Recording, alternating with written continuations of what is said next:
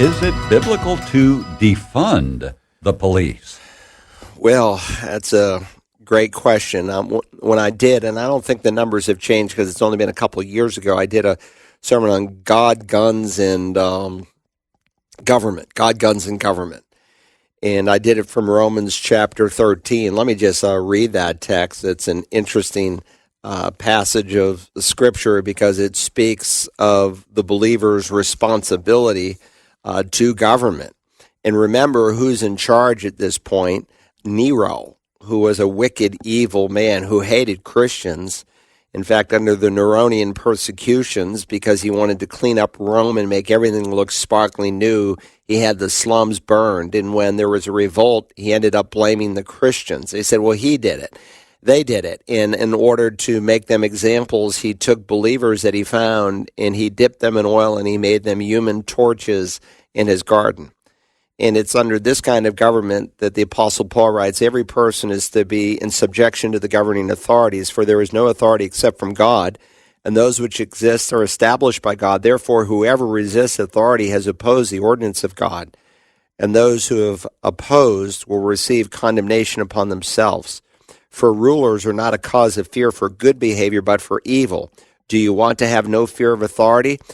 Do what is good, and you will have praise from the same. For it, government, police officers, armies, because that's really the nature of government primarily, it is a minister of God to you for good.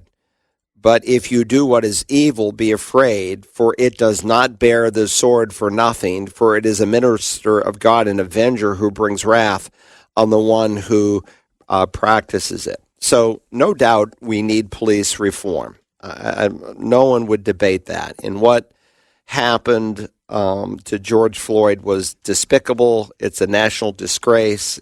It's heartbreaking. And if you don't see it that way, you've got a real problem. But we will always, as long as we have sinful people who have physical authority, which police do, that God gives to the police and to the military. They shall not bear the sword for nothing. They don't carry a marshmallow to beat you with. They carry a gun. They carry the sword, so to speak. We need police, and we need police reform. I think it's ignorant, it's naive, it's against Scripture, though, to defund the police, especially in an environment of chaos that we're living in right now. I mean, dismantling the police or defunding the police would be like dismantling the fire department during the season of wildfires, or to say, well, we've got some bad cops. Well, let's get rid of all the medical personnel because all the medical personnel treating COVID patients are not 100% successful, so let's get rid of them. I mean, that's just beyond stupid. And so it's sad because these riots that are going on in our country, a lot of people are being hurt, a lot of property is being stolen and damaged, and none of that is right. That's all wrong. You have no right to burn down buildings and to break shops, and a lot of the peoples whose businesses in Minneapolis were destroyed were African-American people. They're being robbed and murdered as well, and they need the police force to protect them. And, why don't we say what happened the weekend before last in Chicago where 18 black people were shot by black people? We need protection because some of the people who were shot were just innocent people. So we need to have police that's accountable, that's responsible. And I heard some guy on the news saying it's the Republicans' fault in Minneapolis and it's, their problem. And I'm thinking, well, they've had a Democrat mayor since 1931 without a single exception. So they've had some opportunity to change things. But to call to defund the police, I think, is only to make the public at large insecure and unsafe. And if you've been following anything on the news, you know that ammunition sales and gun sales have gone through the roof. They sold 1.8 million guns in the last 30 days. So people are thinking, well, if the police aren't going to protect me, then I'm going to protect myself. And no organization, whether it's preachers or lawyers or police or firefighters, are going to have a 100% success rate. But you have to deal with those people who abuse their badge, and they have to be held accountable. But look, if we run down the police constantly, nobody's going to want to become a police officer. I mean, I wouldn't want to be. We need good people who will protect us. And if you don't think that, then you're just naive over the nature of man and what he is really like. I mean, when you defund the one blue line between you and anarchy, you're inviting absolute chaos into the culture.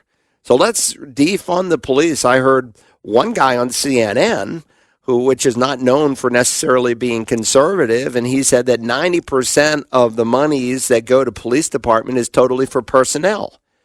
So there's not a lot of waste in the budget is all I'm saying. So let's dial 911, and you've seen the little mock-ups, and, push 1 if you want a social worker, push 2 if you want someone to hold your hand while your wife bleeds to death.